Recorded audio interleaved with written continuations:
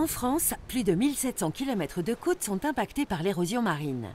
Le phénomène est largement présent au sud-ouest de l'île d'Oléron, où le littoral sableux est exposé aux houles de l'Atlantique. L'érosion n'est pas un phénomène lié au réchauffement climatique, mais l'élévation du niveau de la mer pourrait dans les années à venir aggraver ce phénomène. Pour comprendre, il faut d'abord retracer le chemin du sable de nos plages. Nos glaciers montagneux, en se frottant à la roche, arrachent des particules qui se retrouvent dans les ruisseaux, les cours d'eau et enfin dans les fleuves qui les emmènent jusque sur les côtes du littoral. Le vent emporte une partie de ce sable, ce qui forme les dunes. L'autre partie est mangée par les vagues. Si le sable arraché par les vagues est récupéré par la dérive littorale, tout va bien, il reviendra tôt ou tard sur les côtes. En revanche, s'il ne revient pas, il est définitivement perdu.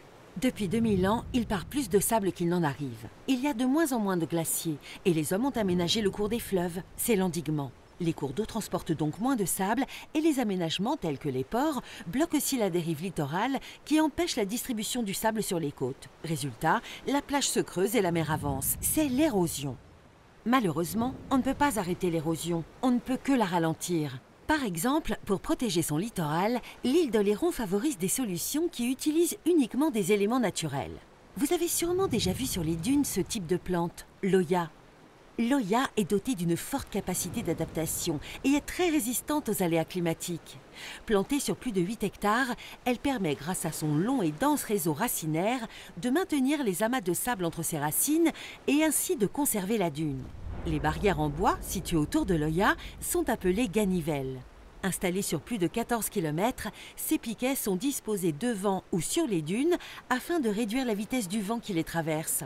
Mais pas que, car les ganivelles sont des atouts naturels redoutables pour le bon maintien des dunes et ainsi éviter les effondrements. Vous l'aurez compris, la dune, c'est le nerf de la guerre. Et pour la protéger, une autre solution naturelle existe, la couverture de branchage.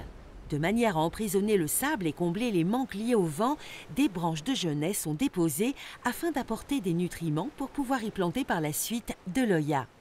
Si ces deux solutions naturelles ne fonctionnaient pas, rassurez-vous, d'autres moyens existent comme l'enrochement ou l'endiguement, mais ce serait le thème d'une autre vidéo.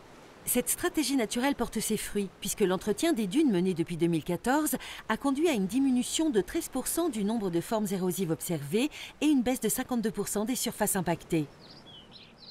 La forêt et la dune ont un rôle protecteur pour les habitations et activités locales. Alors protégeons-les.